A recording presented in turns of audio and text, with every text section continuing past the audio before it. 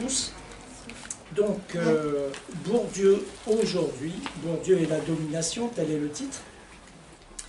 Et à partir de deux ouvrages qui sont d'une part celui-ci, Actes de la recherche en sciences sociales. Là, c'est une livraison de 1976.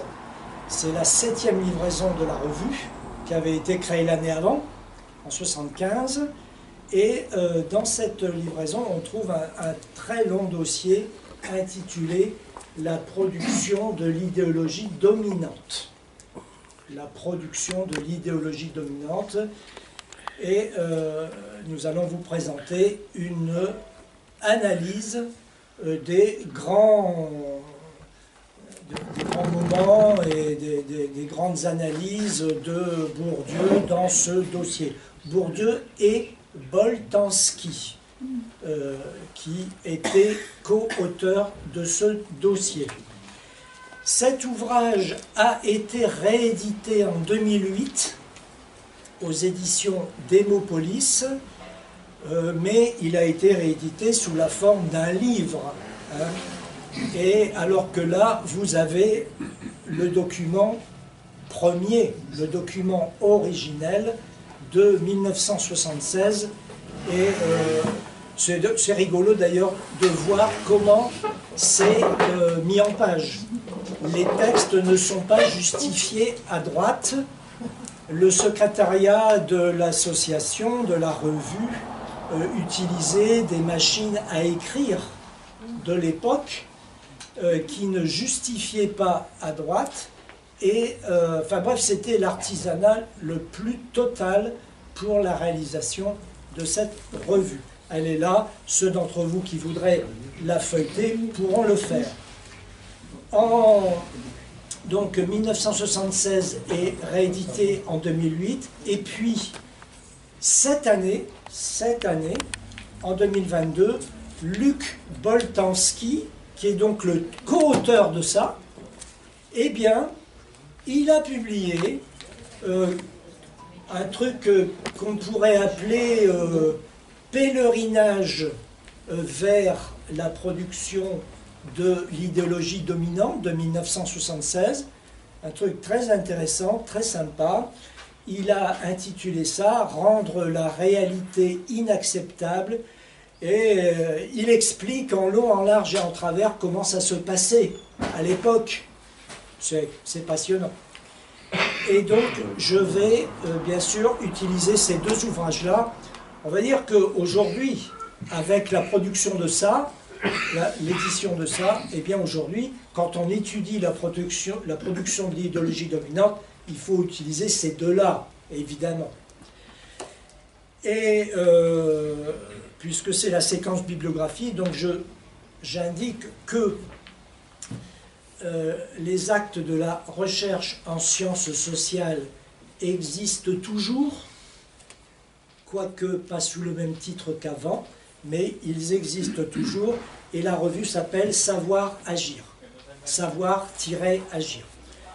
Et cette revue, qui est éditée par les éditions du Croquant, a publié en 2012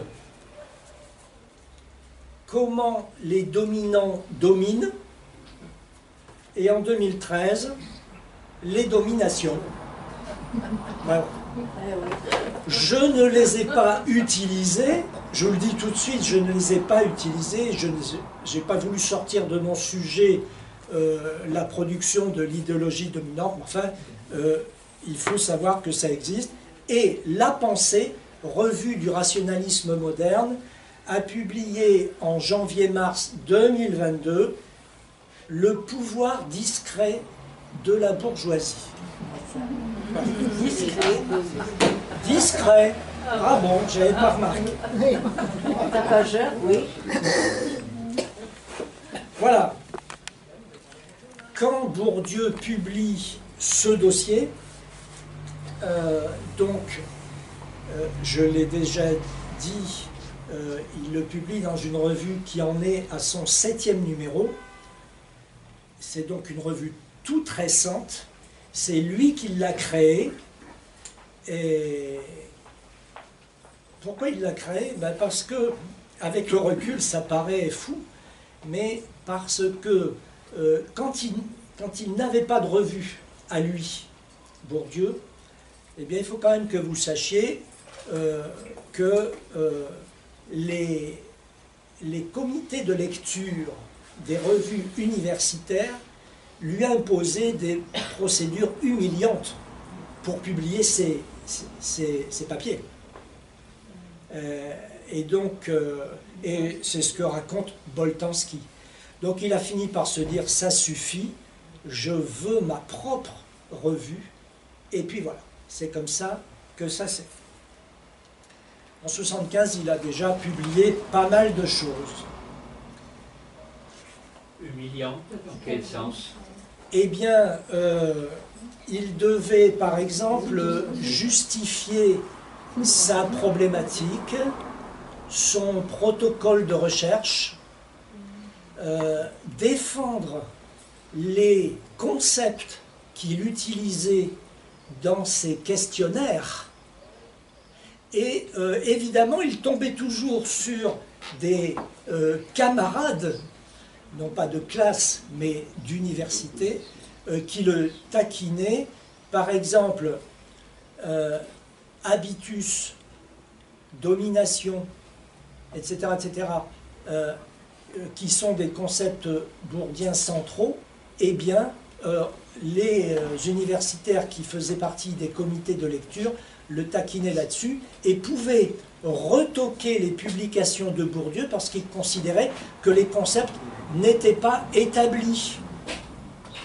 Et évidemment que dans ces conditions, Bourdieu était non pas empêché, mais freiné pour faire connaître ses travaux.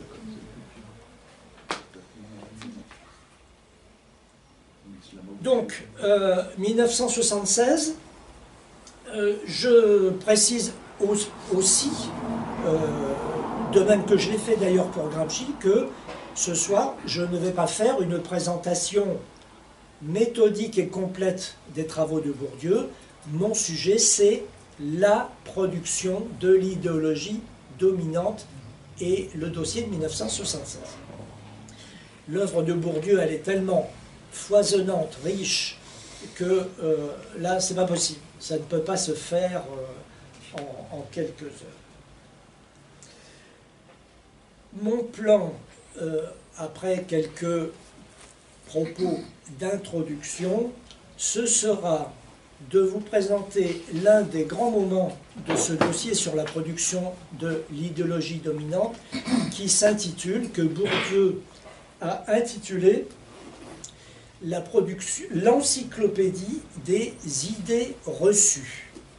Donc nous allons vous présenter cette encyclopédie des idées reçues, vous expliquer sur quelle base elle a été établie et vous donner la liste des ouvrages qui ont fait partie de la base documentaire et quelques exemples, beaucoup d'exemples, des articles en question qui ont été retenus dans l'encyclopédie. Après quoi, nous aurons un temps de réflexion sur deux concepts que Bourdieu et Boltanski utilisent très souvent dans ce travail. C'est le concept de lieu neutre et le concept de lieu commun. On vous expliquera ça. On s'approchera de la conclusion en regardant quelle a été la réception de ce dossier quand il est paru, en 1976, et même jusqu'à aujourd'hui, et même jusqu'à cette année, vous voyez. Donc on verra ça, et ensuite il sera temps de conclure. Alors, quelques réflexions introductives. Première idée, les textes produits par la fraction dominante de la classe dominante. Fraction dominante de la classe dominante, qui est la seule qui a les cartes en main. Ils sont élaborés où? Ils sont élaborés dans des commissions, des colloques, qui se sont multipliés après la guerre, après la Deuxième Guerre, 100 ans après la Libération, et en particulier qui se sont multipliés dans le cadre d'une vaste institution qui s'est mise en place. Alors c'est le plan, commissariat au plan et d'autres organismes annexes au plan, comme par exemple la DATAR, délégation à l'aménagement du territoire et à l'action régionale qui n'existe plus aujourd'hui. Toutes ces institutions, organismes, et nous ajouterons tout à l'heure, dans un instant, plein de personnages, plein de personnes, toutes ces institutions et organismes, disait Bourdieu, sont producteurs d'un discours sans sujet. Il n'y a pas de sujet qui produit le discours. C'est un discours, mais sans sujet. Ben oui, parce que les auteurs sont multiples et variés. La plupart du temps, ils sont inconnus. Ben oui, le plan, qui connaît les personnes qui interviennent dans les commissions du plan, etc. C'est juste un petit milieu qui connaît ces personnes-là. En plus, elles ont travaillé collectivement et les produits ou les productions sont bien souvent collectives. Et, dit Bourdieu, ce discours, il est fait de lieux communs élaborés dans des lieux neutres. Ce discours est fait de lieux communs élaborés dans des lieux neutres. Doit son efficacité, proprement symbolique, de méconnaissance au fait qu'il n'exclut ni les divergences ni les discordances. Et en effet, les opinions qui sont produites par tout ce petit monde, elles peuvent varier d'un individu à l'autre, d'une organisation à l'autre. Question, est-ce à dire que ce discours dominant serait, comment dire, gouverné, ou que ce serait le monde, le lieu d'une vaste pagaille, ou d'une jolie pagaille, ou d'une joyeuse pagaille? La réponse, bien sûr, elle est non, pas du tout. Et Boltanski dit... Parce que ce discours dominant est le produit de chaînes, générateurs, homologues et subordonnés à des fonctions pour l'essentiel identiques, de sorte que les opinions exprimées renvoient indéfiniment les unes aux autres selon des lois simples de transformation. Le point d'honneur libéral se nourrit de cette diversité dans l'unité. Voilà. Donc vous avez ce que je disais juste avant, c'est-à-dire des tas d'opinions diverses et variées, émises par des institutions diverses et variées, mais vous avez, pour organiser tout ça, fournir de la cohérence à tout ça, ce que vient de dire Hugues, des schèmes générateurs. Des schèmes générateurs. De sorte que, même si le discours libéral ne peut pas se prêter spontanément à une présentation systématique, déductive, méthodique, complète, il n'empêche que ce serait une erreur de le considérer comme incohérent. Il se pourrait en effet, disent les auteurs, que la propriété la plus importante de ce discours sur le monde social réside dans la liberté qu'il peut prendre, étant donné le marché sur lequel il est offert, de laisser à l'État l'implicite, les présupposés et les relations logiques. Donc on a une première série d'explications sur la raison pour laquelle Bourdieu et Boltanski ont choisi cette façon de présenter les choses, c'est-à-dire l'encyclopédie des idées reçues que nous allons aborder maintenant. Et je redis le titre complet, il est important, Encyclopédie des idées reçues et des lieux communs en usage dans les lieux neutres. On va revenir sur lieux communs et lieux neutres. Elle occupe cette encyclopédie 22 pages du dossier, ce qui est, encore aujourd'hui d'ailleurs, ce qui est beaucoup de pages dans un article d'une revue universitaire avec comité de lecture. C'est beaucoup. Sachant que je ne parle là que de l'encyclopédie des idées reçues. Il y a d'autres articles de Bourdieu et d'autres auteurs.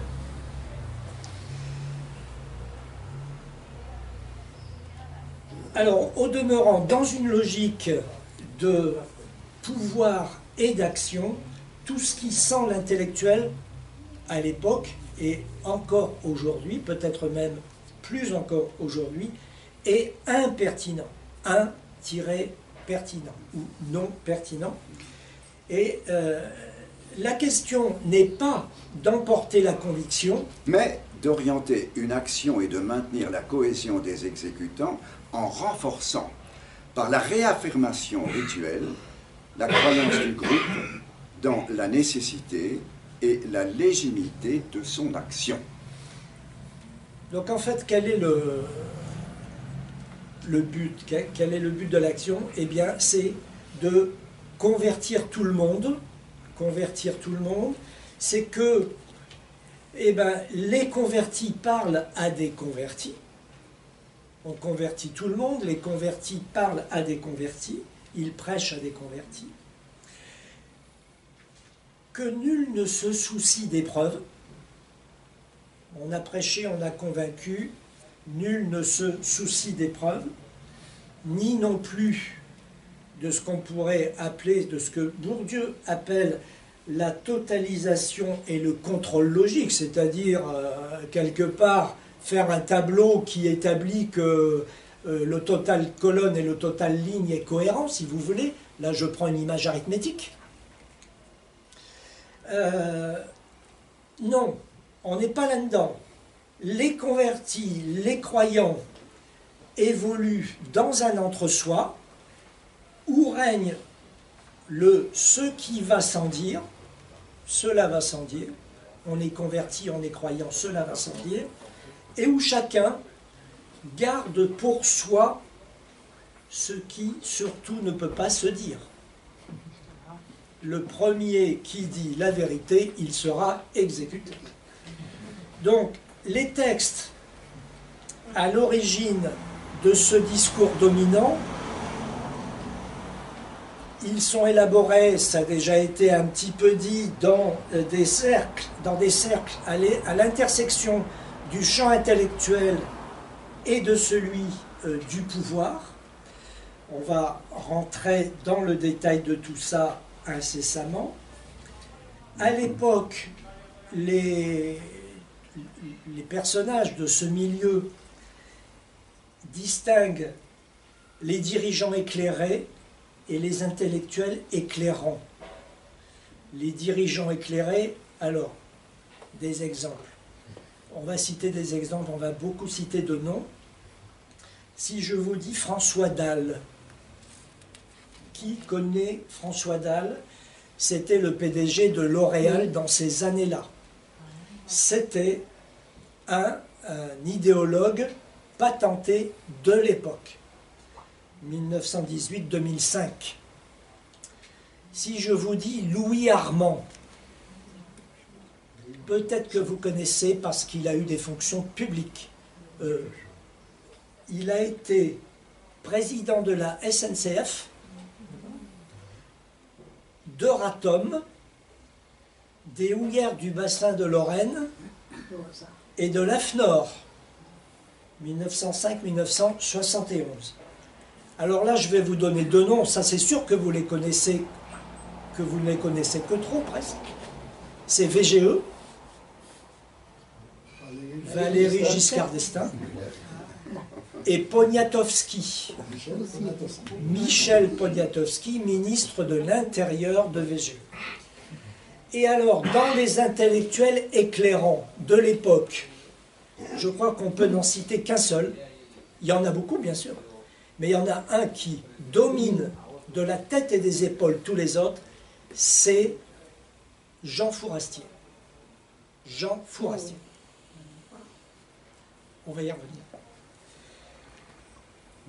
On pourrait aussi ajouter, Bourdieu ajoute, ce qu'il appelle les chercheurs administratifs. Ce sont des personnes qui font partie de l'administration, mais qui peuvent être en charge de missions de recherche ou qui peuvent diriger des directions de recherche de tel ou tel ministère ou qui peuvent diriger une revue éditée par tel ou tel ministère, et puis aussi des administrateurs scientifiques, au CNRS, à l'Euratom que je citais, etc.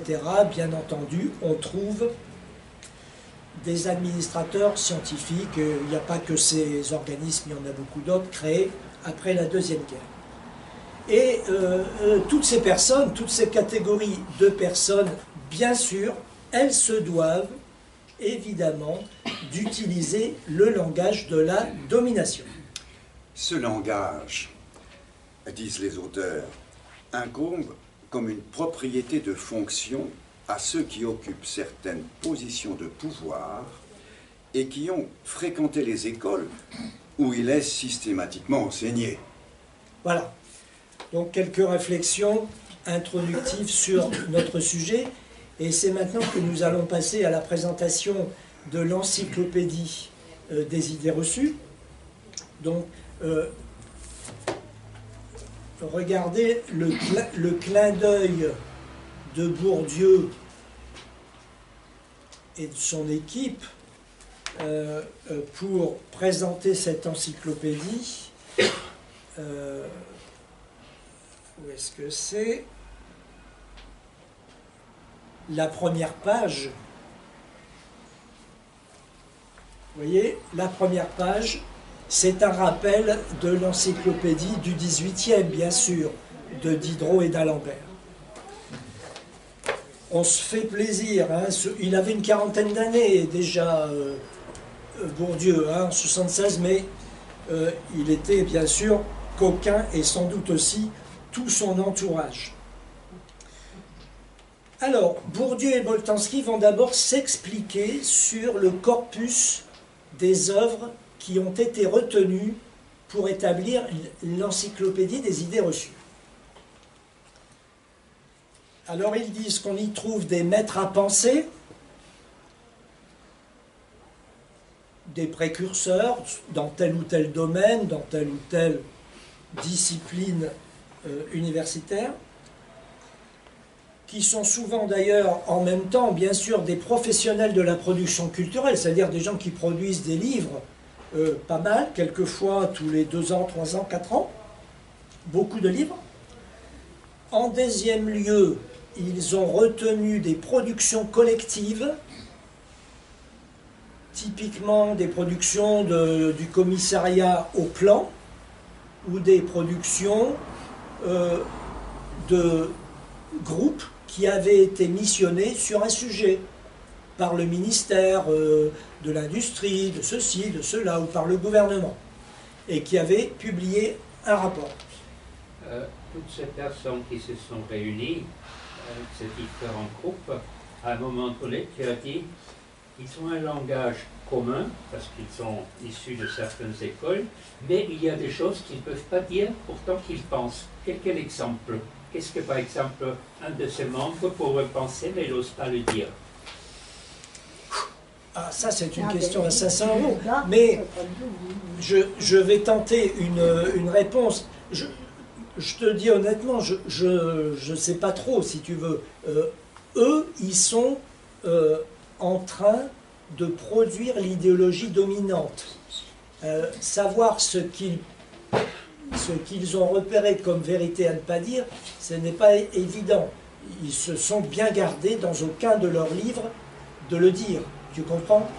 Mais on peut quand même imaginer que les lignes rouges à ne pas dépasser, ni même à ne pas approcher, c'est tout ce qui a trait à ce qu'ils sont en train de décrire, je vais dire de travestir, c'est-à-dire tout ce qui a trait au capitalisme, tout ce qui a trait au travail, le contrat de travail. Il n'est pas question de parler de l'exploitation, etc., etc. Tu comprends? Oui, je pensais à ça, justement. Et c'est ça. Je les exploite, je sais que je les exploite, mais je ne peux pas dire ça dans mon groupe. Bien sûr que non. Il y a des auteurs parmi eux, très certainement, qui avaient lu Marx, et plus d'un même. Plus d'un. Tous. Peut-être même tous. Oui. Tu as raison. Peut-être même tous. Ils avaient lu Marx. Mais, et donc ils avaient retenu des choses. Bien. Et sans doute qu'ils avaient pu se dire, ah bah oui, ça c'est juste. Telle ou telle chose est juste. Mais, bien sûr que non. Leur fonction n'était pas de faire l'article pour Marx, bien entendu. Voilà, c'est ce genre de choses. Moi je sais que j'ai rencontré un auteur il n'y a pas très longtemps, mais un auteur, un réac patenté, pour moi en tout cas, et qui disait que Marx était un auteur intéressant, riche, enrichissant. J'ai oublié qui ça pouvait être. Voilà, bien sûr qu'on rencontre des choses comme ça. Donc c'est ça.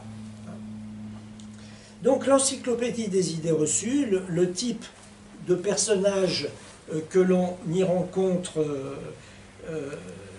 des maîtres à penser, des productions collectives, et puis des productions de personnes, X, Y ou Z, nous allons voir la liste, que l'on appelle, que Bourdieu appelle des reproducteurs des idées dominantes, mais que l'on pourrait appeler aussi des producteurs, pas forcément des reproducteurs, mais aussi carrément des producteurs qui apportent quelque chose.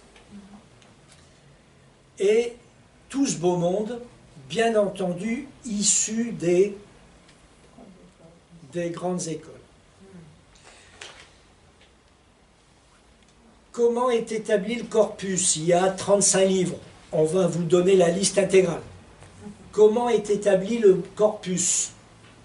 Il faut que chaque auteur soit cité au moins 2 fois par tous les autres auteurs du corpus. Donc il y a 35 ouvrages. Il faut que dans chacun de ces 35 ouvrages, les 34 autres soient cités au moins 2 fois. Vous voyez le truc? C'est compliqué. C'est compliqué.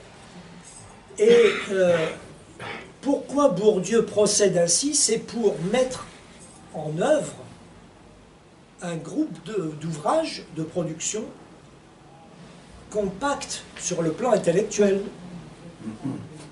Là, ça s'appelle comment? Ce que je viens de décrire, c'est un niveau d'intercitation particulièrement élevé, bien sûr.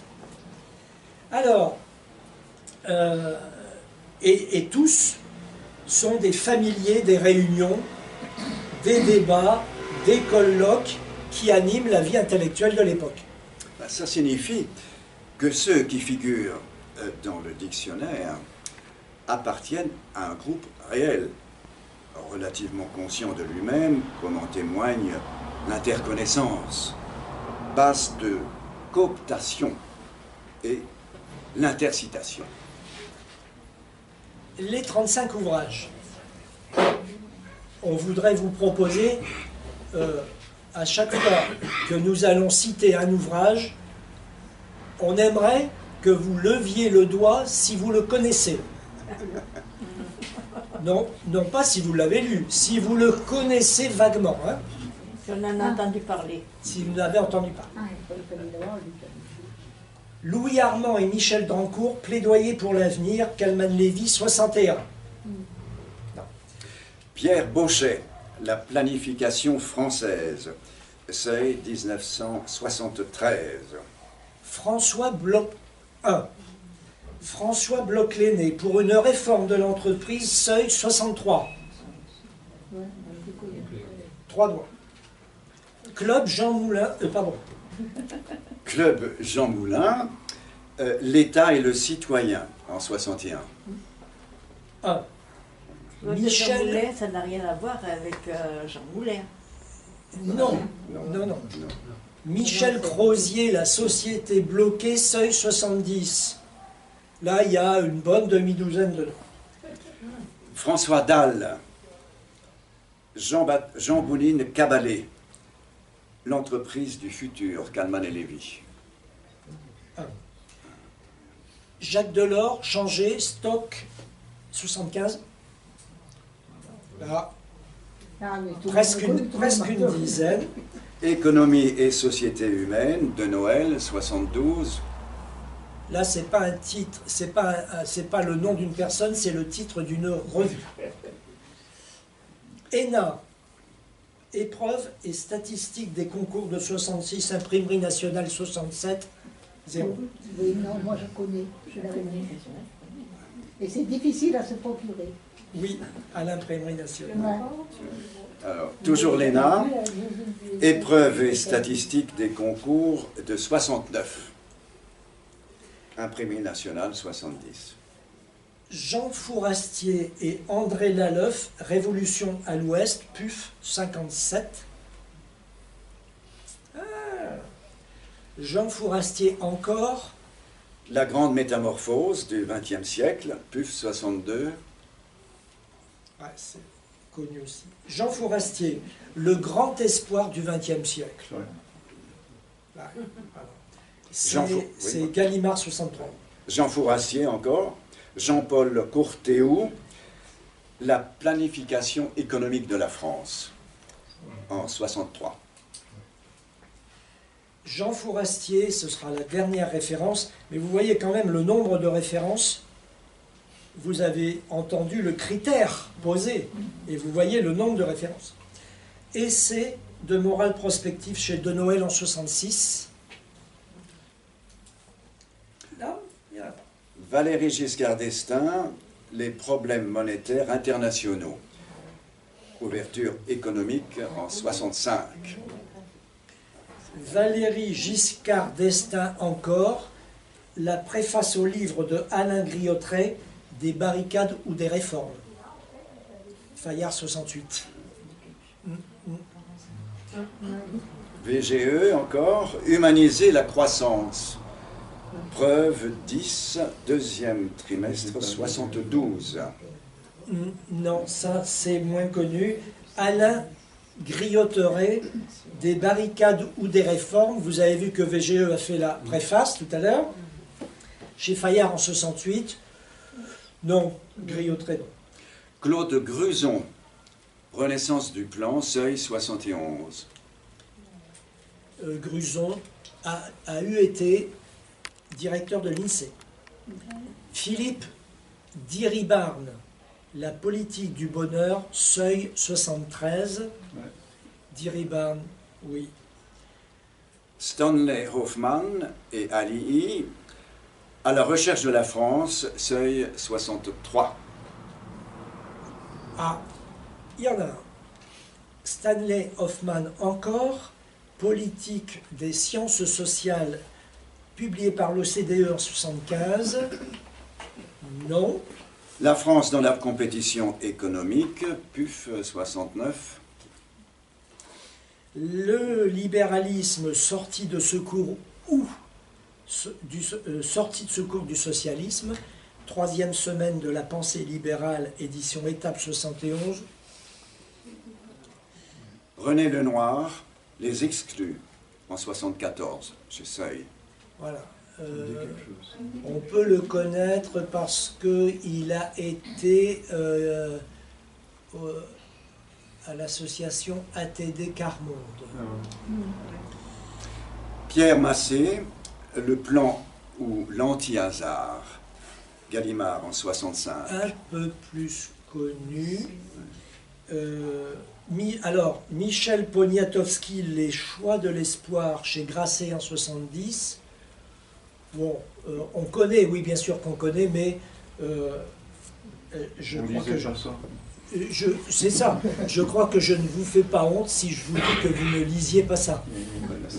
Après, il y a encore Poniatowski, Carte sur table chez Fayard en 72.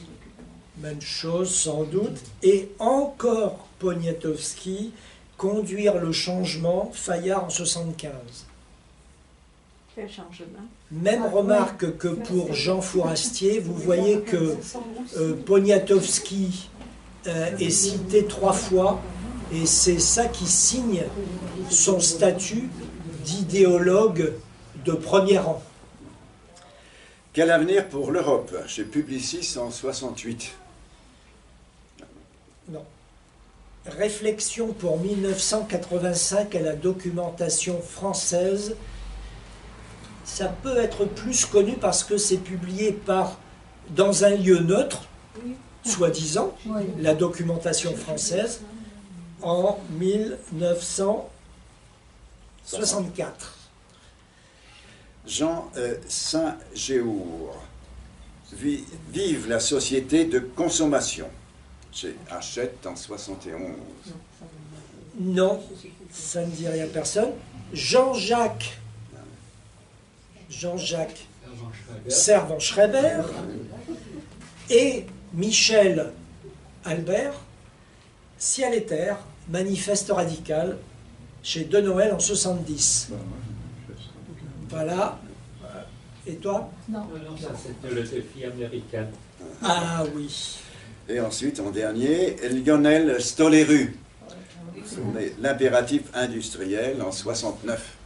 Voilà. Bon, exercice que nous vous avons proposé montre que, grosso modo, il y a, allez, on va dire 2 tiers ou 3 quarts des personnes qui disent encore quelque chose 50 ans après, ou 60 ans après. Il y a des livres là, publiés dans les années 50.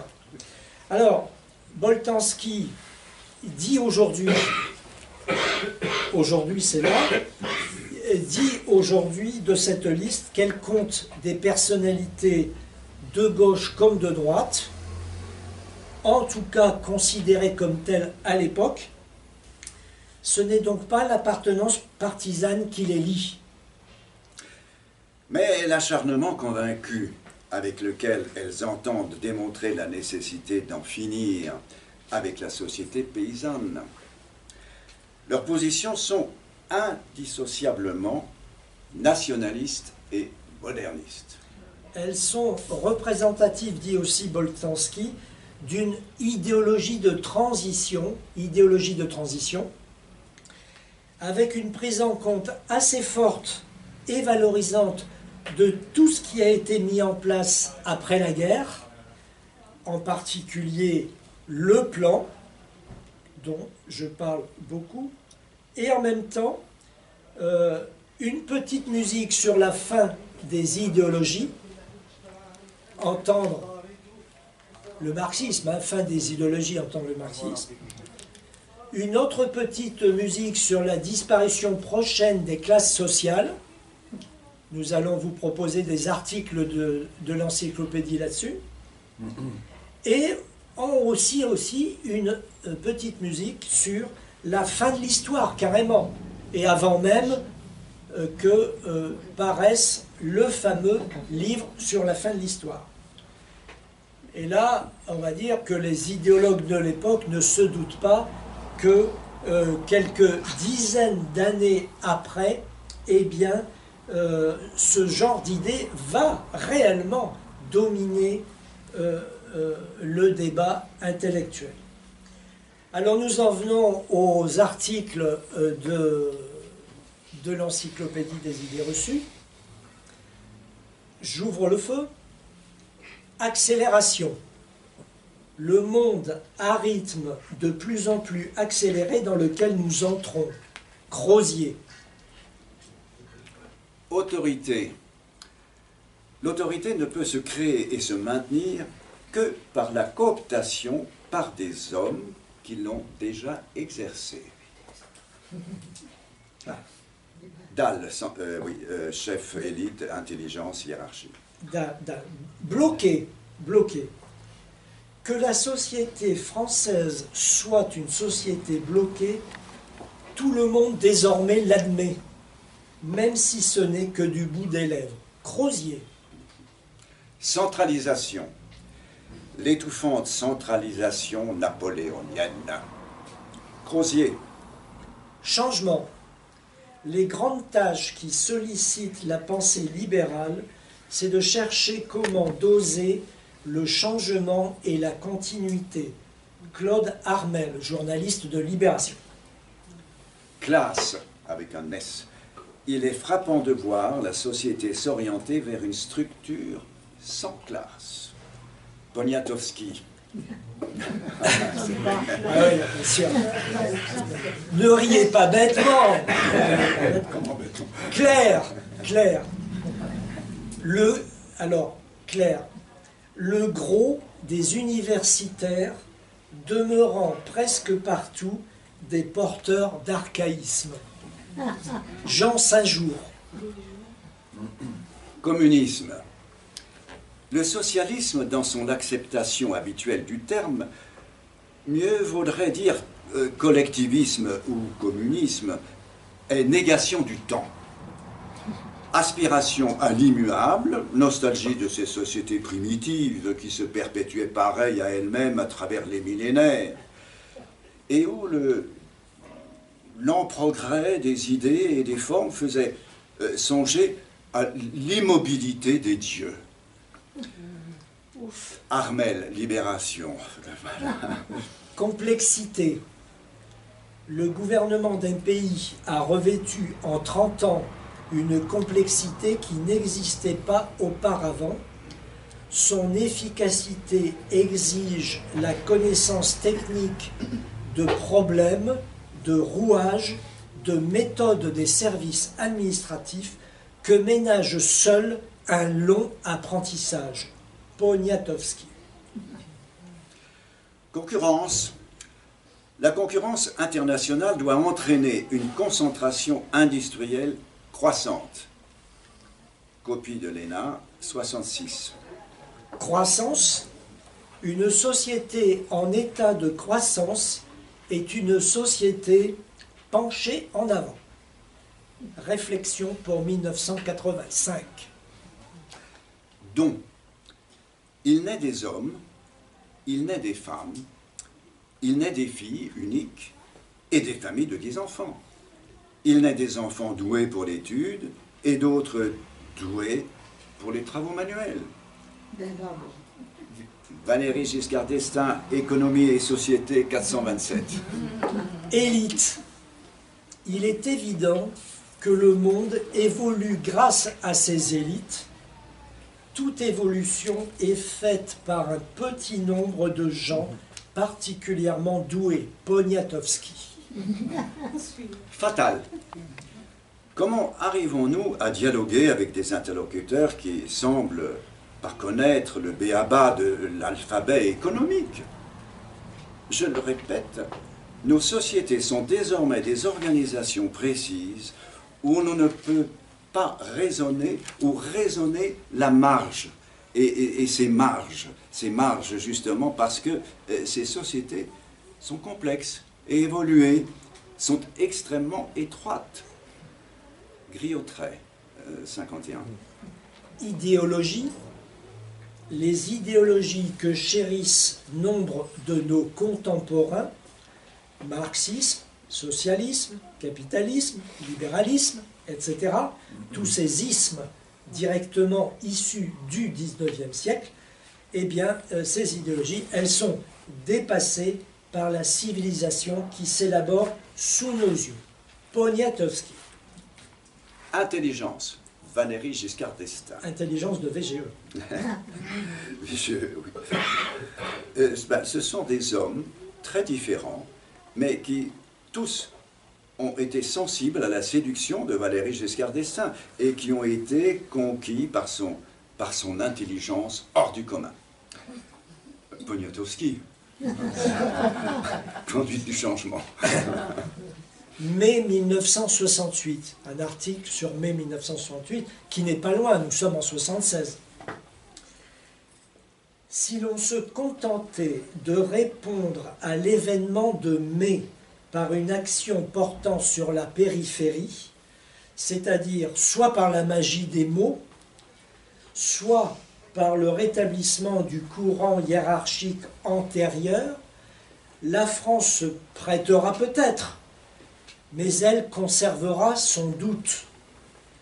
Les forces nombreuses qui existent en elle, plus respectables qu'on ne le dit, et qui la tirent vers la nostalgie du XIXe siècle, c'est-à-dire vers la stabilité sociale, l'enracinement des valeurs intellectuelles et morales, le franc or, mais aussi la sous-industrialisation, les barrières infranchissables des classes sociales, le nationalisme fanfaron.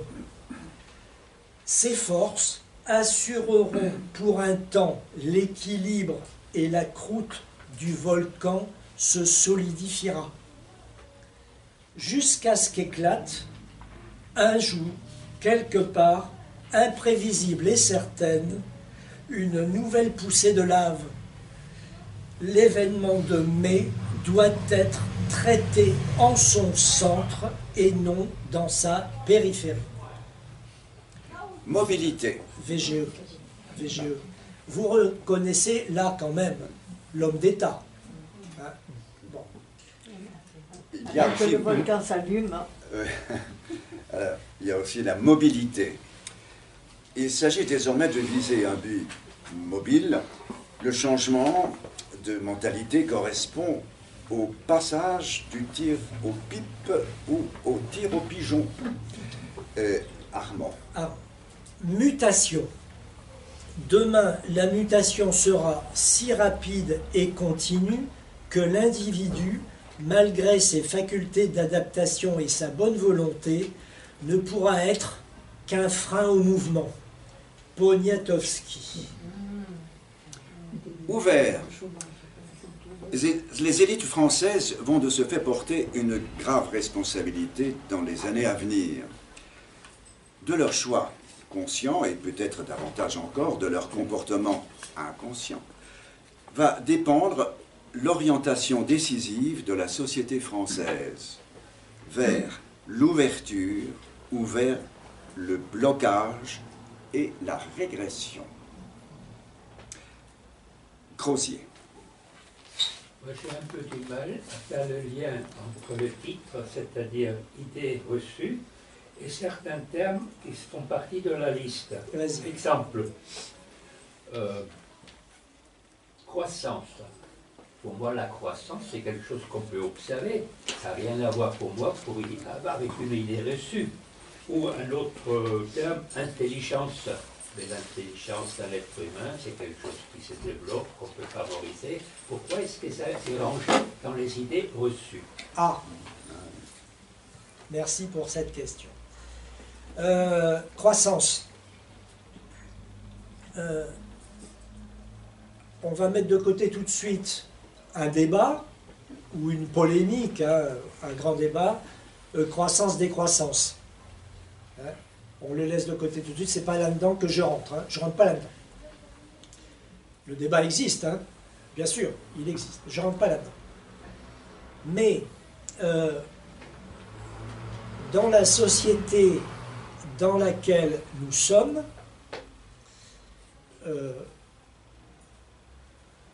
qu'est-ce qu'on constate? On constate que le choix de produire telle ou telle chose est effectué en fonction de certains critères. Lesquels?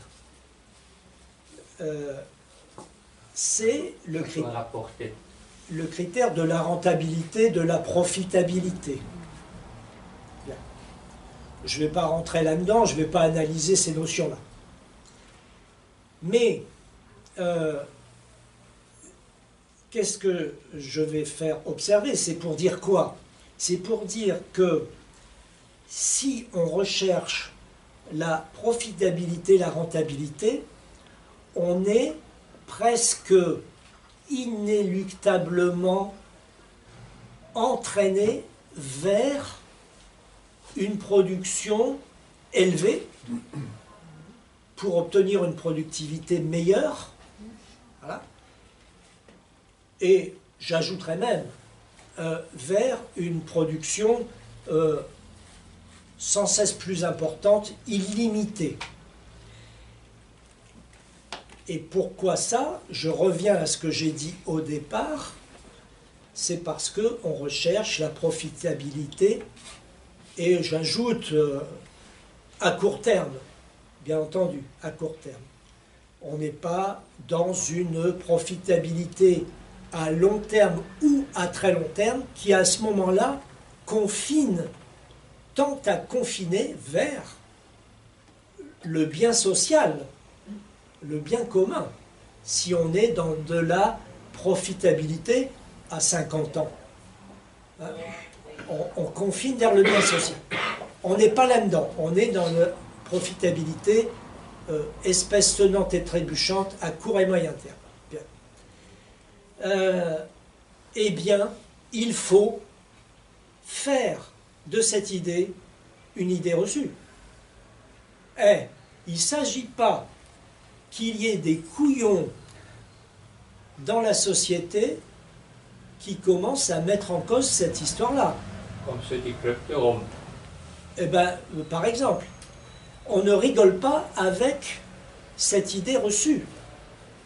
Il faut que tout à chacun, quand il pense à ces choses-là, la première idée qui lui vient, c'est que la croissance est une chose excellente pour tout le monde, pour les entreprises, pour les emplois, pour les investissements, etc., etc. Voilà. Sur l'intelligence, maintenant. L'article élite,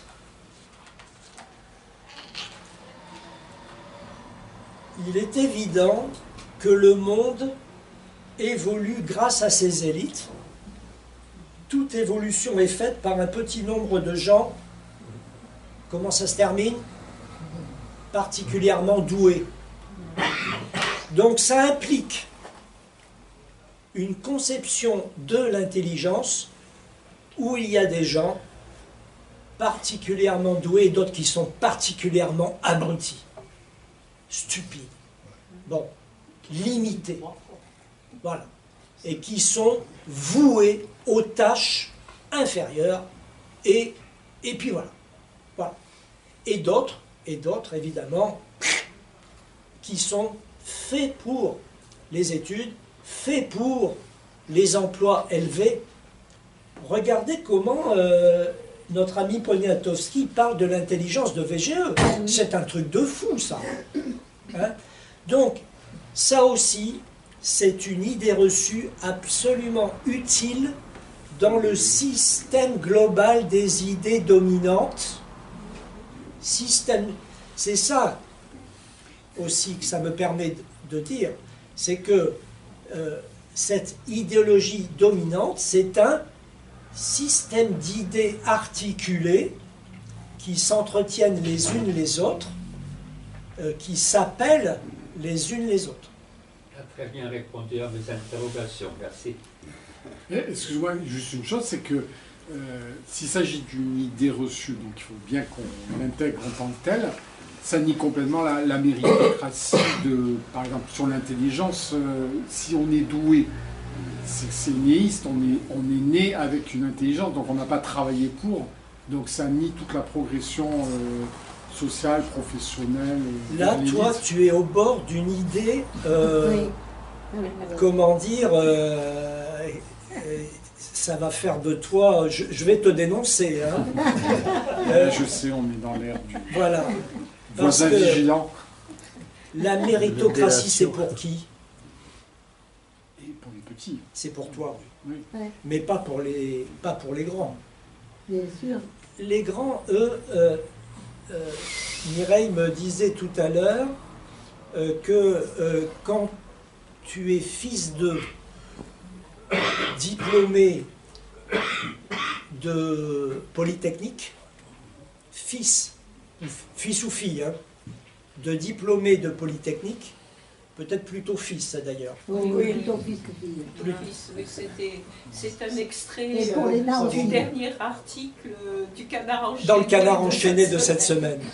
Quand on est fils de diplômé de Polytechnique, on a quand même 300 fois plus de chances d'accéder Eh ben, à Polytechnique oui, si on a un père qui a lui-même... que si on a un père qui est un vulgaire Les master. héritiers. Voilà. Les héritiers. Si Voilà. le père a été Voilà. a eu ce concours, eh ben, le fils aura 330 et des Voilà. poussières plus de chances de l'avoir lui aussi ce concours. C'est pour ça que Anis et Le Pors avait proposé l'ouverture des grandes écoles. De la troisième voie. Voilà. Voilà. De la troisième voie d'accès à l'ENA, c'est Anicet Le Pors, ministre communiste de la fonction publique, qui l'a inventé dans les années 80. Ouais. Donc voilà, hein. Donc tu reprends ta question, c'est une bonne question. Désolé. Désolé. Voilà. Pour revenir, ceux qui ne parlent pas de la croissance d'une manière positive, Oui, qui sont considérés comme des décroissants. marginaux, Des décroissants. des déréglés. Oui, Même bien des, sûr. des réactionnaires parce qu'ils veulent, ils se battent contre une idée qu'il faut qu'elle soit admise par tout le Ils monde. veulent empêcher au monde de tourner. Il y a quand même l'idée de l'intelligence reçue. Il a pris telle décision, tu comprends, il est intelligent, même si on pense que c'est con. Il y a ça, la perception. Il y a à propos de l'élite, quand on regarde ceux qui dirigent les grandes multinationales, les grandes sociétés, ils passent d'une société à l'autre, la SNCF, l'EDF, et c'est un petit noyau si on regarde bien, et c'est un peu comme une monarchie, parce que c'est entre eux qui s'arrangent, mais on les voit là, je crois que c'est le patron de Total, quand on voit les mandats qu'il a eus, comme d'autres, mais en même temps c'est un petit nombre, si on voit, qui passe d'une société à l'autre. Alors, Ça peut leur poser à un moment donné des problèmes. bien sûr. Alors là, ce que tu es en train de dire,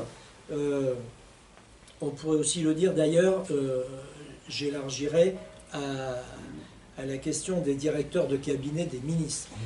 Ce que tu es en train de dire, c'est que dans notre société, il existe un groupe de personnes qui voyagent comme ça pendant des dizaines d'années, hein, qui font des carrières complètes, depuis la sortie de l'ENA jusqu'à la retraite, qui font des carrières complètes, PDG, secrétaire général d'un ministère, directeur de cabinet d'un ministre, et tout, président de la Cité des sciences et de l'industrie, etc. Enfin, la liste est tellement vaste qu'on ne peut pas, comme ça, l'égrener, on n'en voit pas le bout. Ils sont au ministre aussi après d'ailleurs. Ou ministre, ou Premier ministre, etc. Etc.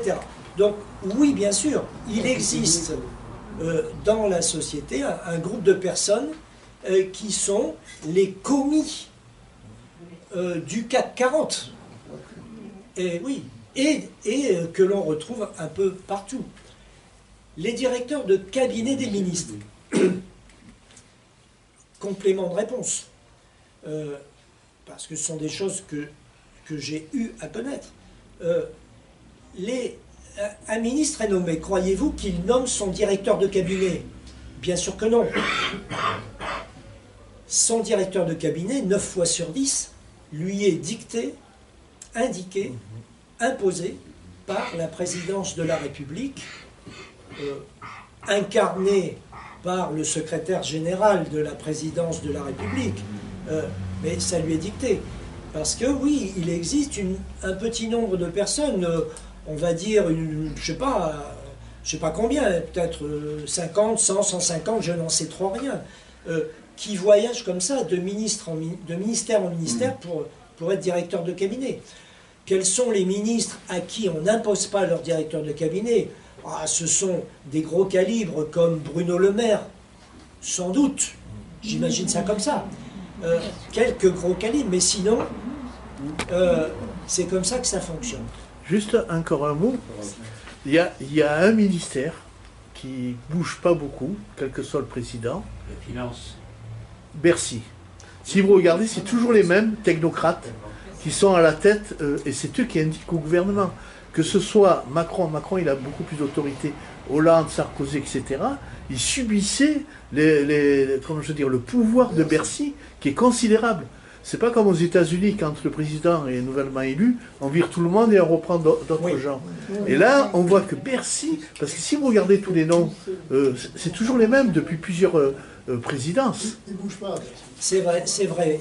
Bercy est un État dans l'État, vraiment un État dans l'État. C'est une formule qui est connue, qui est convenue, mais elle s'applique complètement à Bercy, c'est vrai.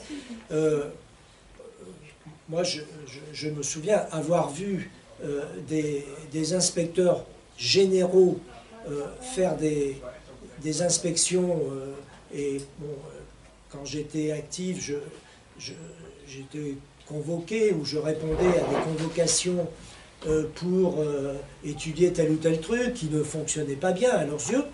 Et dans les groupes, il pouvait y avoir des inspecteurs des finances pour aller voir comment ça se passe à l'éducation nationale, etc. Bien sûr. Ils ont refusé de donner des informations qu'ils possédaient. Plusieurs fois, c'est arrivé. Bien sûr.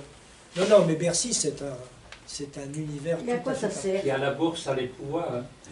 Bercy, ça sert à tenir les cordons de la bourse. Ça sert à gérer la dette de la France, à arbitrer tous les jours les emprunts que l'État fait. Tous les jours, l'État fait des emprunts et il y a des personnes, des services, des personnes qui sont chargées de ça. Ça sert à beaucoup d'autres choses, à superviser les ministères, à contrôler l'application qui est faite de la loi d'orientation des lois de finances. Le budget, c'est une chose, mais vous savez qu'il existe une loi qu'on appelle la LOLF, qui a 20 ans maintenant, LOLF, loi d'orientation des lois de finances, qui dicte la manière de dépenser, la manière de recouvrir les recettes, la manière d'équilibrer les différents comptes ou budgets et sous-budgets dont se constitue, disons, qui constitue le budget général, etc. C'est une machinerie infernale, hein, bien entendu. Et voilà, le Bercy regarde tout ça. Ce qui est parlant aussi, quand quelquefois on a attrapé des riches qui ont planqué des milliards à l'extérieur ou dans les paradis fiscaux, c'est Bercy qui négocie avec eux combien ils sont à payer. Ça en dit long, hein.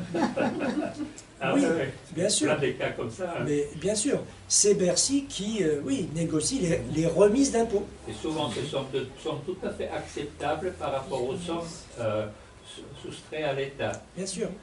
Le directeur départemental des services fiscaux fait partie des représentants de l'État qui ne sont pas sous la hiérarchie du préfet, mais qui sont dans une hiérarchie unique qui est celle des finances. Et ça, c'est grave.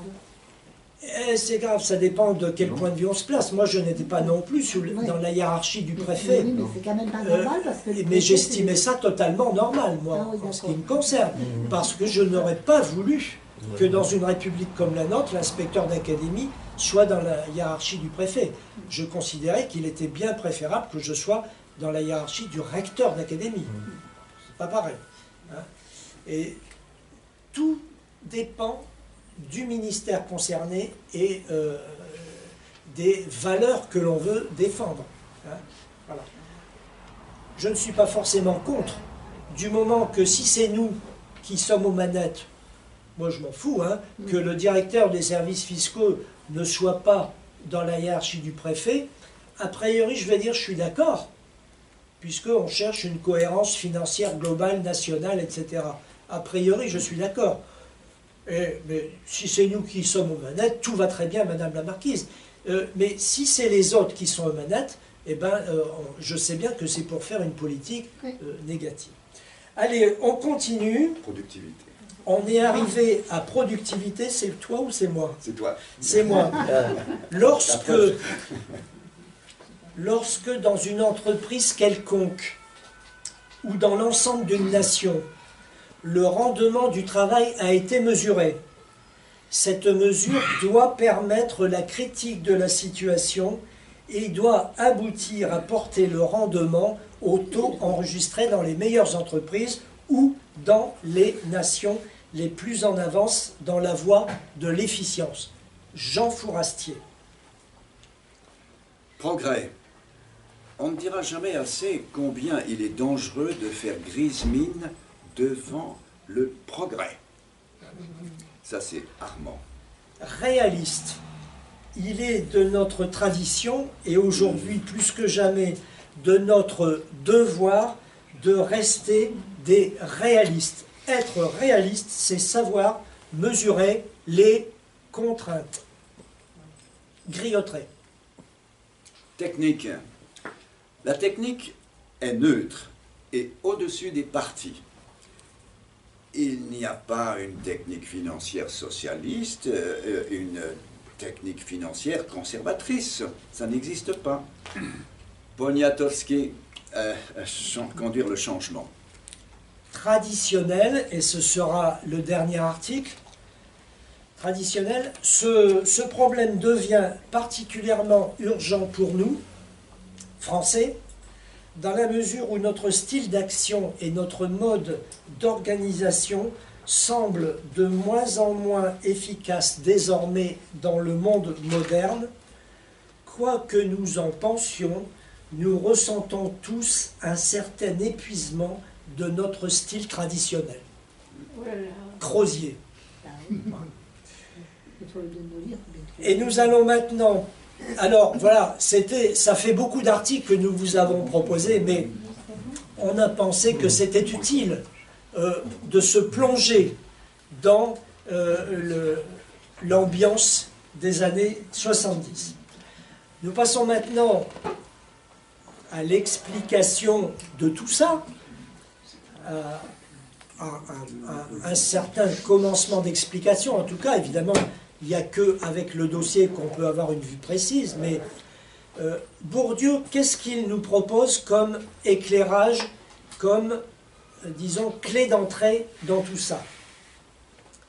Il dit que le discours dominant est construit à partir d'un petit nombre de schèmes générateurs, expression que j'ai employée déjà, et que ces schèmes générateurs sont subsumés, si vous préférez, surplombés par une grande opposition qui fait office de schème super générateur.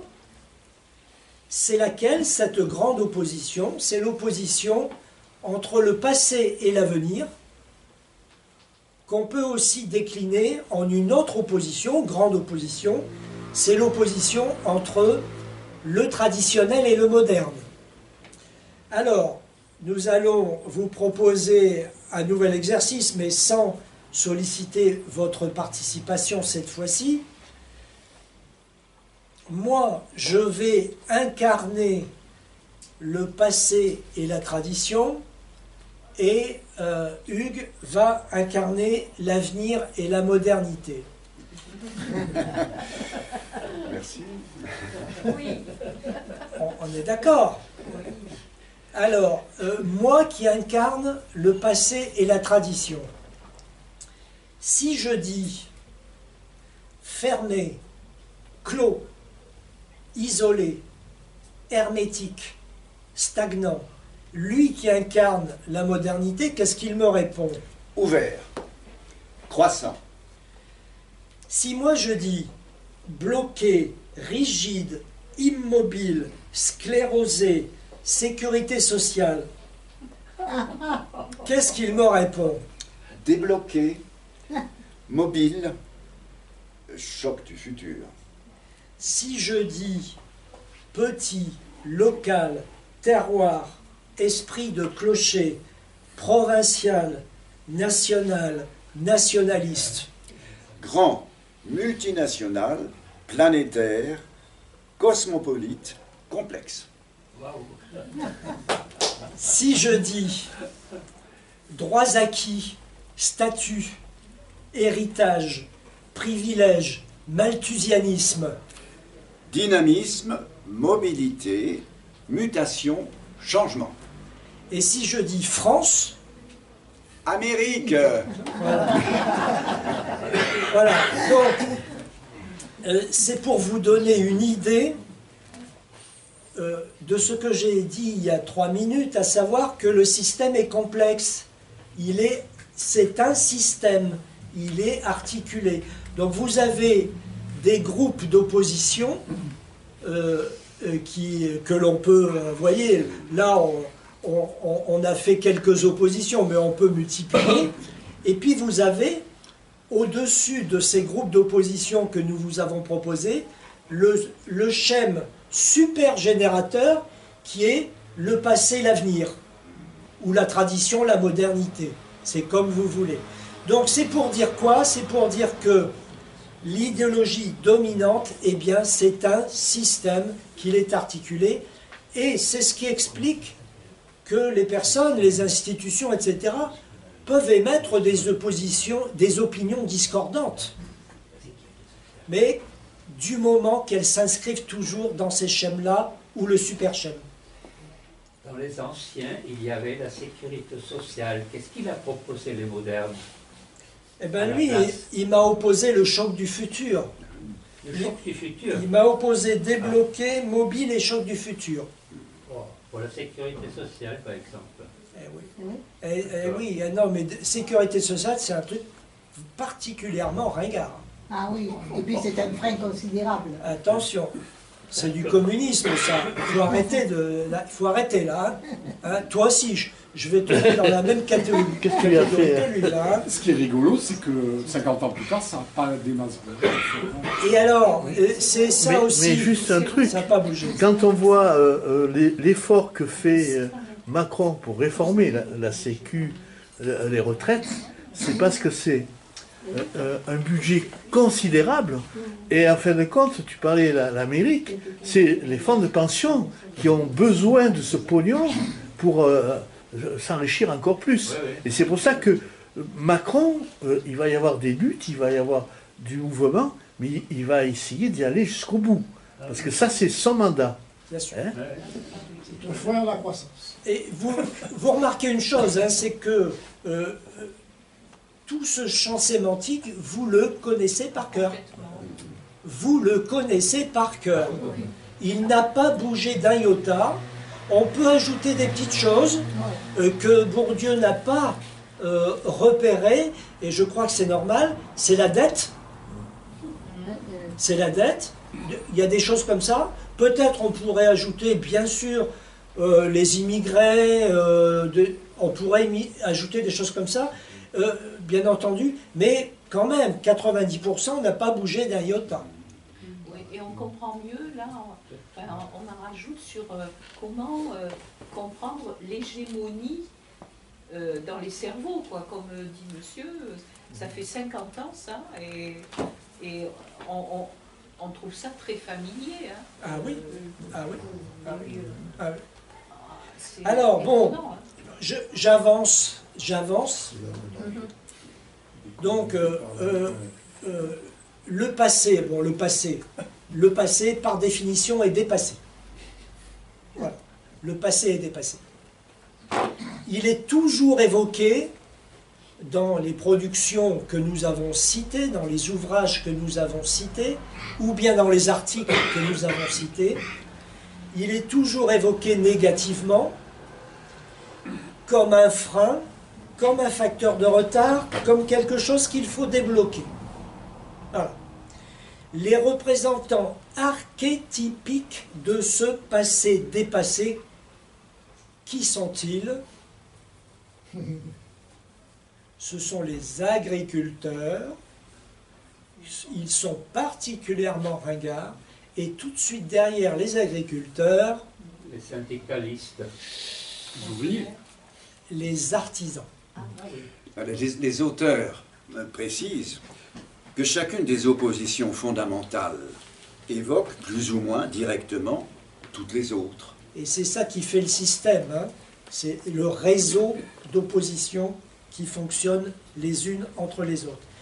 Les locuteurs vont ainsi pouvoir passer sans transition et sans crier gare, il faut prêter attention à cela, d'une opposition à l'autre, dans un sujet, d'une opposition à l'autre, sachant que chaque pôle de chaque opposition peut lui-même revêtir de multiples formes. Nous l'avons montré avec le petit jeu que nous avons fait tout à l'heure en s'échangeant des groupes de mots ringards et des groupes de mots modernes. Donc, vous voyez? Et ça permet quoi? Ça permet cette souplesse, cette adaptabilité, de s'adapter à des publics divers et variés. Le même personnage, le même idéologue, le même chien de garde va moduler le même discours de base, il va le moduler selon une demi-douzaine de versions différentes selon le public. Mais, si vous regardez bien, quelle que soit la version, les mêmes schèmes générateurs sont là. Et surtout, le schème super générateur passé à venir.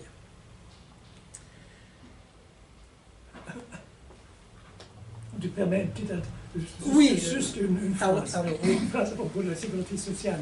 Qui a inventé la sécurité sociale? C'était Bismarck, qui est le premier à donner la sécurité sociale aux travailleurs.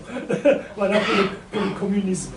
Oui, oui, bien sûr, bien sûr, bien sûr. Était-il communiste, Bismarck? Bien sûr.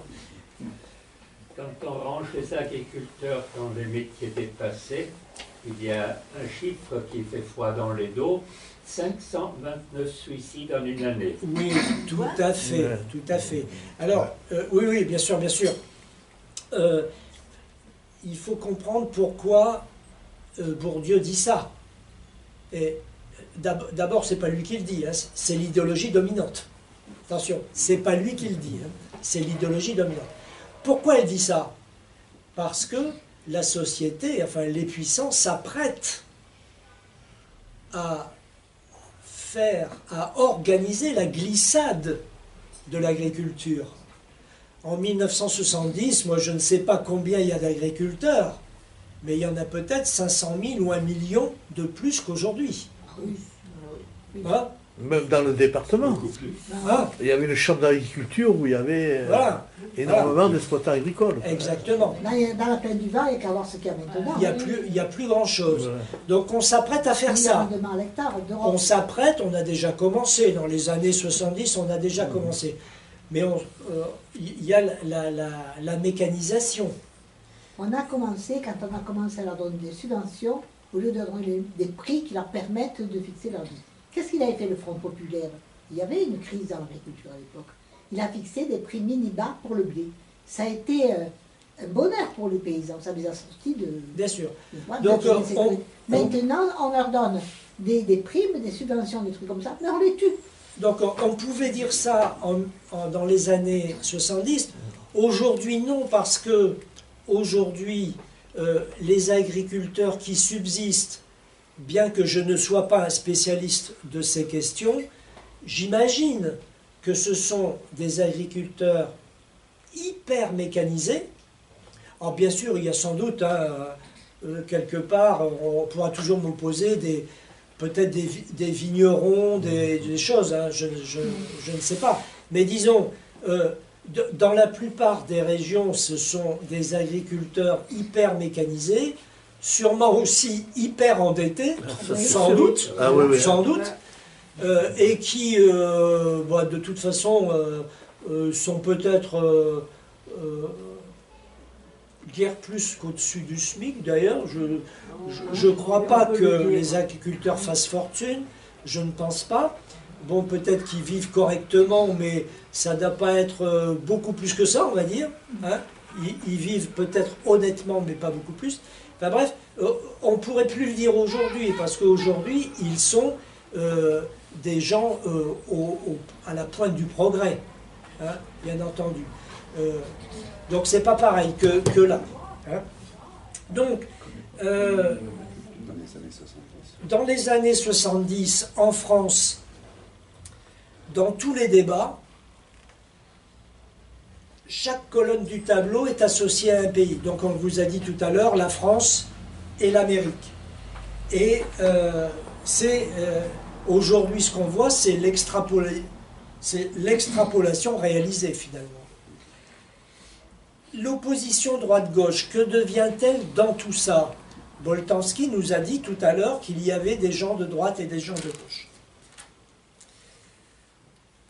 Elle ne se laisse pas facilement répartir dans les colonnes de gauche et de droite. Il faut bien reconnaître.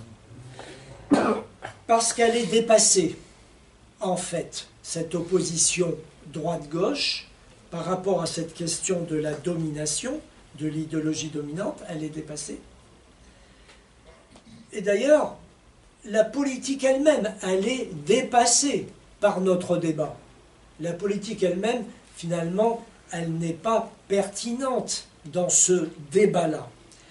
L'opposition droite-gauche est dépassée, et on va même dire, c'est faire preuve d'un passéisme désolant que de refuser de la considérer comme dépassée, de vouloir à toute force mettre de la politique dans tout ça. C'est un passéisme désolant. Idem pour tout ce qui concerne, sujet qu'on a évoqué le 7 septembre, les classes et la lutte des classes. C'est pareil, c'est un sujet qui est dépassé. Et l'efficacité de ce discours, elle tient au fait que peu nombreux sont ceux qui vont pouvoir lui opposer une structure cohérente, alternative, concurrente. Et aussi au fait que beaucoup s'opposent en pratique et en toute bonne foi à ce discours, peuvent, sans s'en rendre compte, utiliser les éléments constituants de ce discours. On s'oppose au discours, mais on utilise les éléments constituants. Donc, c'est un cercle vicieux, de sorte que les frontières entre la droite et la gauche, eh bien, elles s'en trouvent brouillées. Boltanski indique à cet égard en 2022 que l'une des idées qui sous-tend le texte de 1976 est que c'est précisément parce qu'elle est contenue dans des schèmes largement implicites, susceptibles d'engendrer une infinité de productions discursives et pratiques ajustées à des situations différentes, que cette vision du monde peut à la fois se donner avec les évidences du bon sens, comme si elle ne faisait rien d'autre que de dire que ça va de soi, et exercer une action efficace orientée vers le changement du monde social dans un sens déterminé.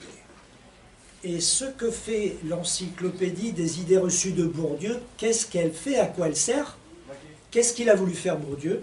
Il a voulu aider les gens, nous tous, les gens de l'époque, il a voulu les aider à sortir de cet implicite, à décoder, à transcoder le discours des uns et des autres.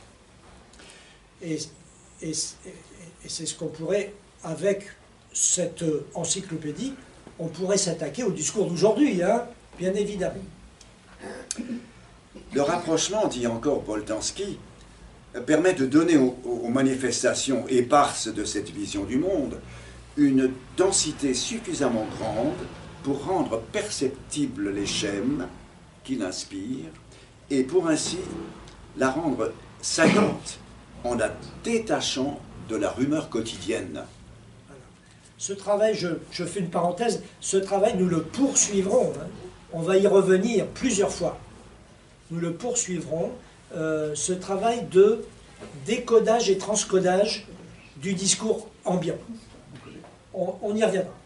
Une autre grande idée surplombe tout ça, c'est l'évolutionnisme, c'est-à-dire que le sens de l'histoire va de la colonne de gauche à la colonne de droite, dans le tableau que nous avons incarné tout à l'heure. Ça va du passé à l'avenir, bien entendu, inéluctablement.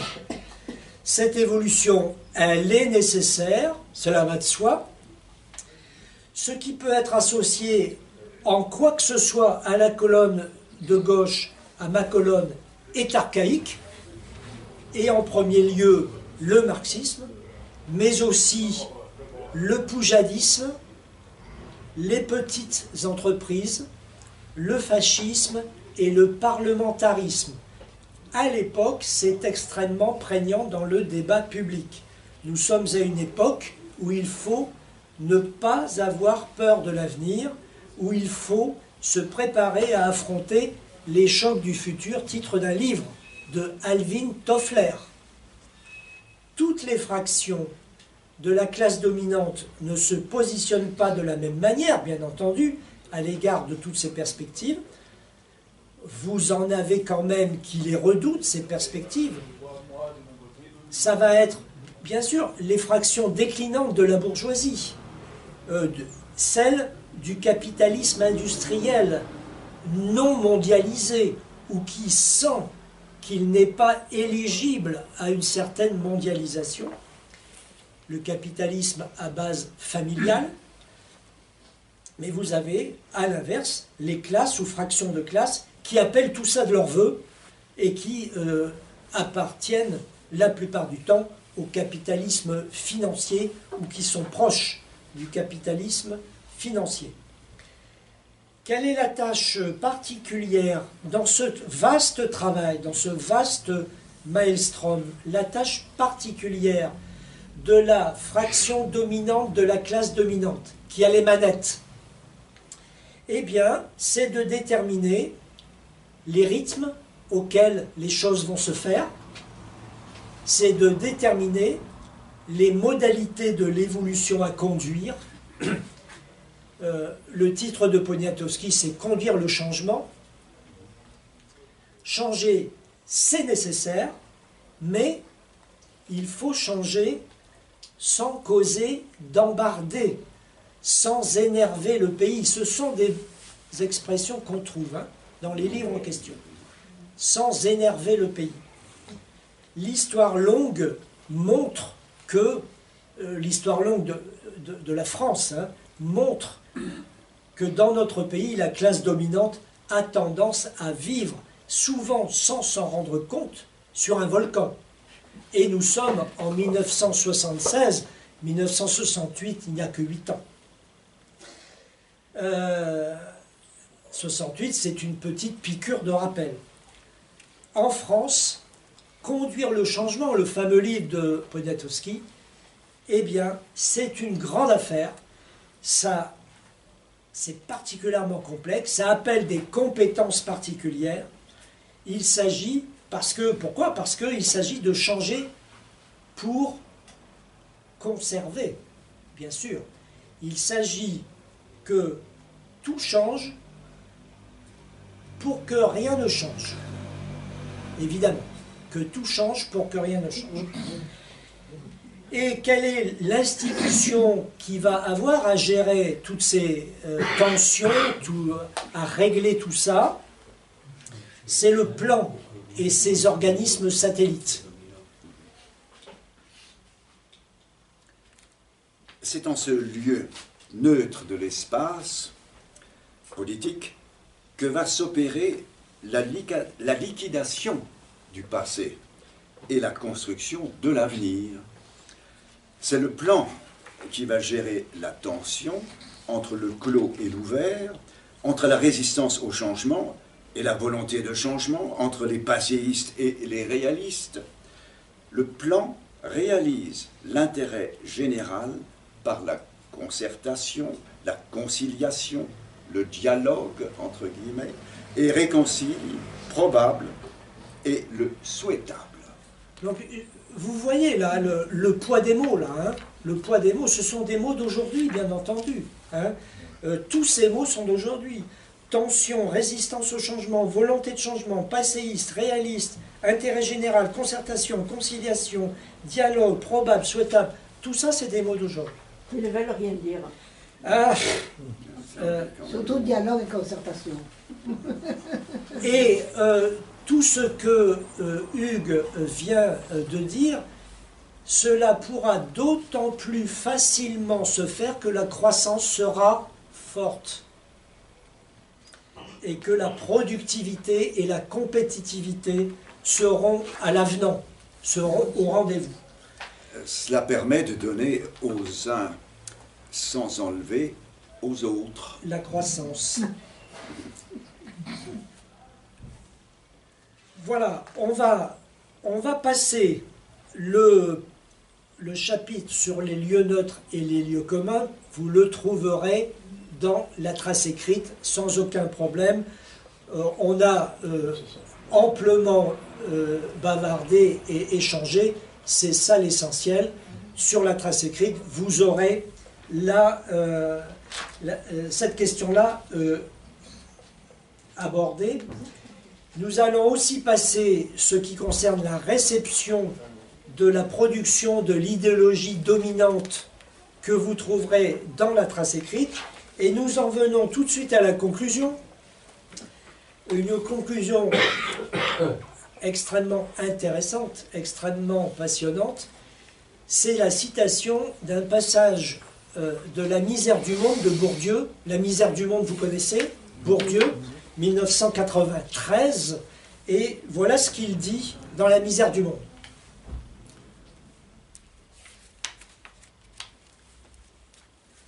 Porter à la conscience des mécanismes qui rendent la vie douloureuse, voire invivable, ce n'est pas les neutraliser. Porter au jour les contradictions, ce n'est pas les résoudre. Mais, pour si sceptique que l'on puisse être sur l'efficacité sociale du message sociologique, on ne peut tenir pour lui l'effet qu'il peut exercer en permettant à ceux qui souffrent de découvrir la possibilité d'imputer leur souffrance à des causes sociales et de sentir ainsi disculpés. Et en faisant connaître largement l'origine sociale collectivement acculée du malheur sous toutes ses formes, y compris les plus intimes et les plus secrètes. Constat qui, malgré les apparences, n'a rien de désespérant. Ce que le monde social a fait, le monde social peut, armé de ce savoir, le défaire. Ce qui est sûr, en tout cas, c'est que rien n'est moins innocent que le laisser-faire. S'il est vrai que la plupart des mécanismes économiques et sociaux qui sont au principe des souffrances les plus cruelles, notamment ceux qui règlent le marché du travail et le marché scolaire, ne sont pas faciles à enrayer ou à modifier, il reste que toute politique qui ne tire pas pleinement parti des possibilités, si réduites soient-elles, qui sont offertes à l'action, et que la science peut aider à découvrir, peut être considérée comme coupable de non-assistance à personne en danger. Voilà. Qu'est-ce que nous dit Bourdieu? Là, il nous dit 3 choses. Premièrement, la sociologie, le savoir sociologique peut aider à déculpabiliser les dominés. Deuxièmement, il peut aider à responsabiliser les hommes politiques, parce qu'ils sont coupables s'ils ne cherchent pas, par tous les moyens à leur disposition, à alléger les souffrances de leurs concitoyens. Donc cette prise de conscience peut les aider à faire quelque chose. Et troisièmement, il peut aider à procurer aux uns et aux autres une capacité de lutter. Et ma foi, on se reconnaît bien là. Voilà, that's all Fox.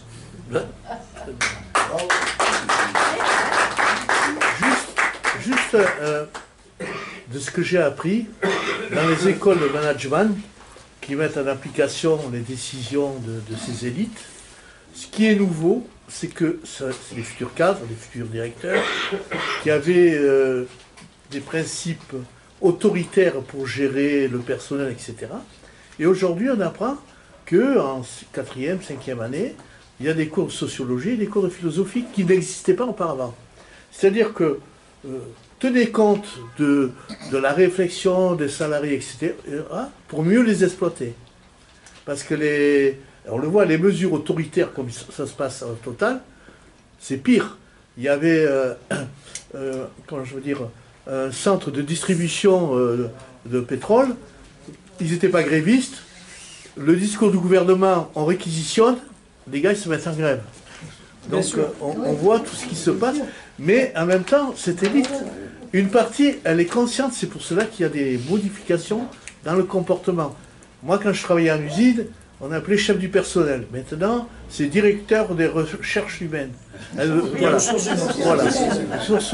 Voilà, DRH, voilà, donc on a tout compris, il n'y a plus de chef, mais on tient compte du côté humain, social, etc. Voilà, c'est tout ça. Nous y reviendrons l'année prochaine, on fera un zoom sur la novlangue managériale. La novlangue managériale. Arnaud. La prochaine séance, c'est quand? Alors, la prochaine séance, c'est mercredi prochain. C'est Foucault et la biopolitique. Foucault, on va parler de la mise en place de l'ordolibéralisme en Allemagne. Voilà, il y avait Arnaud. Oui, voilà.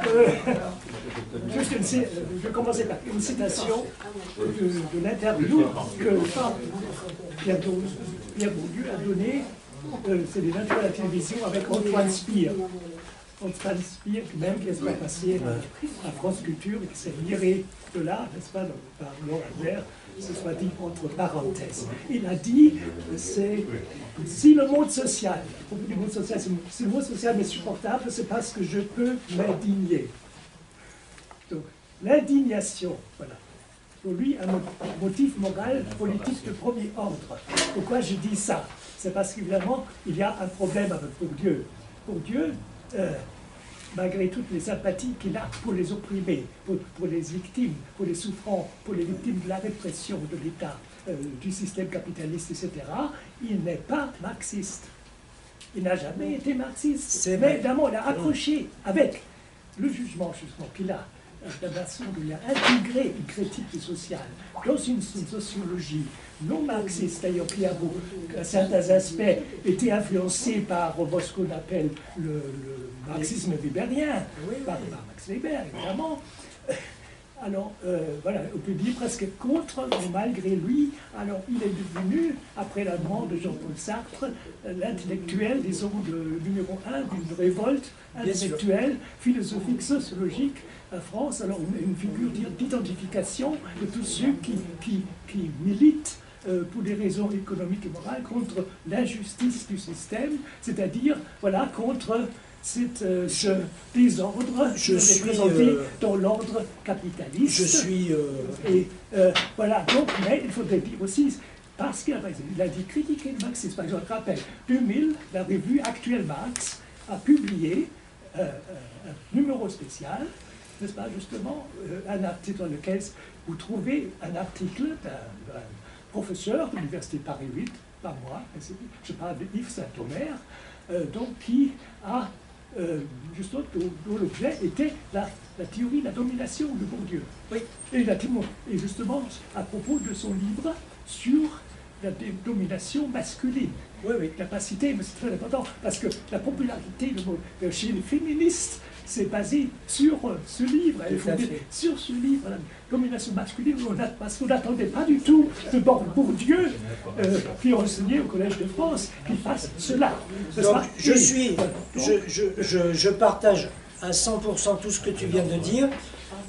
C'est vrai qu'il n'est pas marxiste, mais pour autant, on ne peut pas nier que son travail de description sociologique est vraiment intéressant. Et vous voyez qu'il a traversé les âges. Il a traversé les âges. 50 ans après, on peut reconnaître dans ce qu'il a décrit les éléments du débat public qui sont le nôtre aujourd'hui. Mais il n'en reste pas moins, c'est bien vrai, que ce n'est pas un marxiste, un communiste, etc. etc. Juste encore une seconde pour ça, parce que pourquoi il n'est pas marxiste? Parce que quel est le concept central de la sociologie bourdieusienne?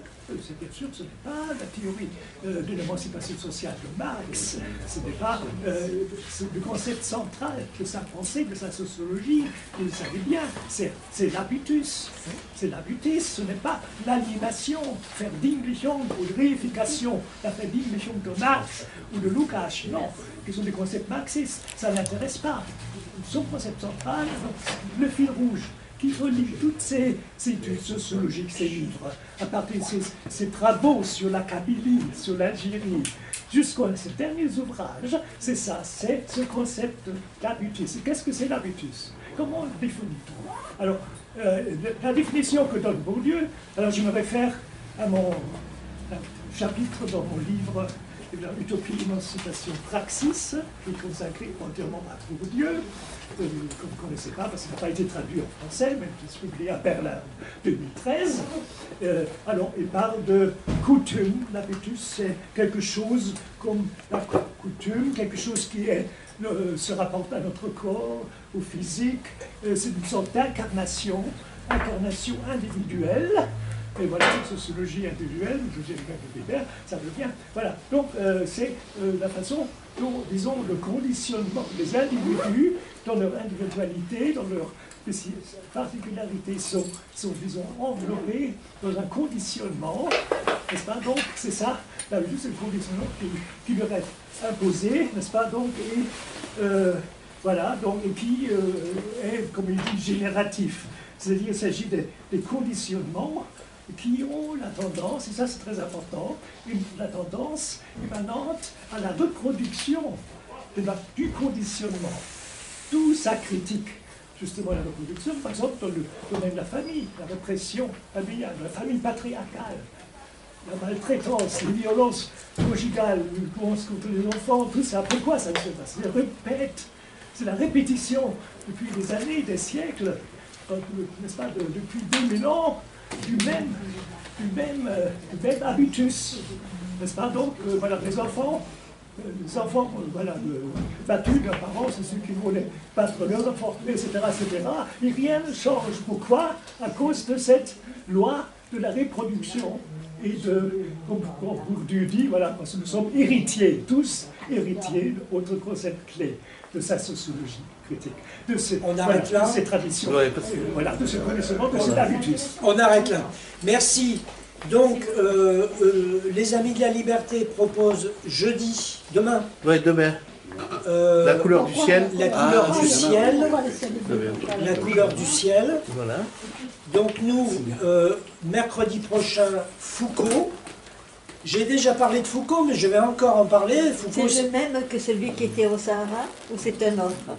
Ah non, c'est pas le même. Non, c'est pas le même. C'est pas le même. Non, le marcheur, c'est le Foucault, le marcheur, là. C'est 18 non. heures. Non. 18h30. Non, mon Foucault à moi, il est prof au Collège de France. Et l'autre, il a été assassiné. Et donc, Bourdieu, Foucault et la biopolitique, mercredi prochain. Nous nous reverrons ensuite, après la Toussaint, le 9 novembre, un entretien entre Hugues et moi. Alors, c'est moi qui interroge Hugues sur le thème psychanalyse et hégémonie. Et puis après, c'est le 23 novembre, on n'y est pas encore, ce sera la séance de synthèse. Voilà. Merci. Merci. Merci. À la prochaine. À la prochaine. Félicitations.